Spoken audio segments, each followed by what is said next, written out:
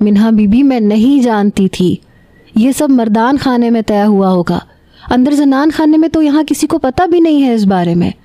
मुझे तो आपसे पता लग रहा है कि सरदार साहब ने आपके साथ निकाह कर लिया है। ये बात अभी यहाँ पे किसी को भी नहीं पता। उसकी बात पर मेरे लब बुरी तरह से भींच गए। ठीक है, आगे कोई भी बात हुई तो तुम मुझे फ़ौरन इत्तला दोगी। जी बीबी जी, जो हुक्म। कॉल बंद हो गई थी। आज इस बात को हफ्ता हो गया था और बिल्कुल खामोशी सी थी। मुझे तो अभी तक यकीन नहीं आ रहा था कि अचानक वो कैसे यहाँ तक आया और निकाह करके चला गया। मुझे समझ में नहीं आ रहा था कि मैं क्या करूँ। हर चीज़ उलट पलट हो रही थी। उसके गांव से निकलने के बाद इस गांव में मुझे उसामा लगारी ने पनाह दी थी। उसने मेरे लिए इतना सब कुछ किया, लेकिन आज सब कुछ एंड हो गया। मेरी आंखों से आंसू भल भल बहने लगे। अकेलेपन का एहसास शिद्दत इख्तियार कर गया। वो लम्हात आंखों में बुरी तरह से खुबे जब हम एक ही यूनी का हिस्सा थे। हाँ, वो नया नया यूनी में आया था। कहाँ तो जोम और अना, अकड़, खुददारी थी मुझ में, और उस एक शख्स ने सब कुछ पल में ख़त्म करवा दिया। आंखों से आंसू गिरते तकिए में जज़ब हुए। उस शख्स की वजह से अकेलेपन की अजियत काटी, दर्द सहा, और वो शख्स फिर बाजी ले गया। करब इतना था कि जी चाहा शिद्दत से धाड़े मार मार के रोऊं। मेरी सारी दुनिया से मेरा जी कट के रह गया था। बिखर तो गया था सब कुछ, बस अब सब बर्बाद होना बाकी था। सारा की मुसलसल कॉल्स आ रही थीं। जब से निकाह हुआ था, इस एक हफ्ते में मैंने स्कूल जाना ही छोड़ दिया था। मुझे समझ में नहीं आती थी कि मैं क्या करूं।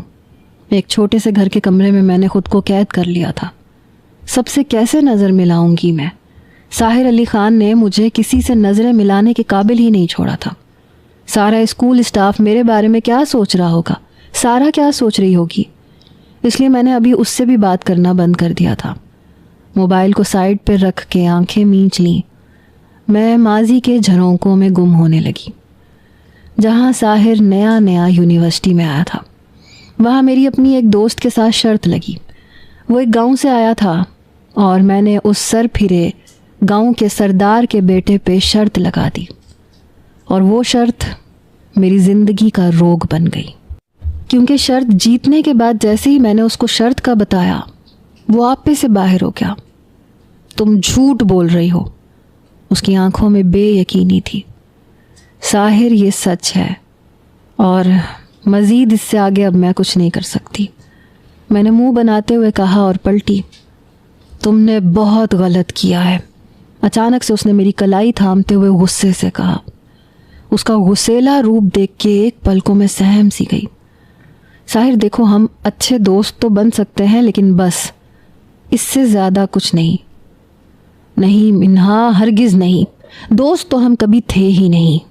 उसने गुस्से से मेरा बाजू दबोचे मुझे अपनी जानिब खींचा। एक लड़का और एक लड़की आपस में कभी भी दोस्त नहीं हो सकते, समझी तुम? उसकी आंखों में खून सा उतरने लगा। मेरी तो आवाज़ ही बंद हो गई। उसका गुस्सा देख के मैं बुरी तरह से कांपने लगी, क्योंकि गलती मेरी थी। मैंने उसे हर्ट किया था।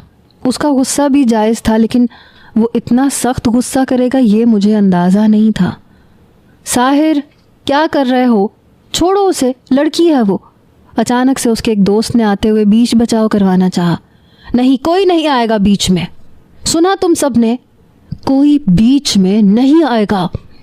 वो इतनी शिद्दत से चिल्लाया कि सभी उसे खामोश नज़रों से देखने लगे। कुछ की नज़रें मेरी जानिब भी उठीं। उन नज़रों में मेरे लिए दुख और अफसोस था। इसकी इतनी जुर्रत के ये साहिर अली ख़ान के ऊपर शर्त लगाए, मेरे प्यार का मजाक बनाए। मैं इसके लिए मजाक के लिए रह गया हूँ। वो जितनी शिद्दत से ऊंचा बोल सकता था उतनी शिद्दत से धाड़ा था। मुझे तो सांस लेना भी दो भर लगने लगा। वो मेरे साथ इतना संजीदा हो जाएगा मुझे अंदाज़ा नहीं था। साहिर, मैंने उसे शांत करने के लिए उसे धीमे से पुकारा। क्या साहिर? एकदम से वो मेरी तरफ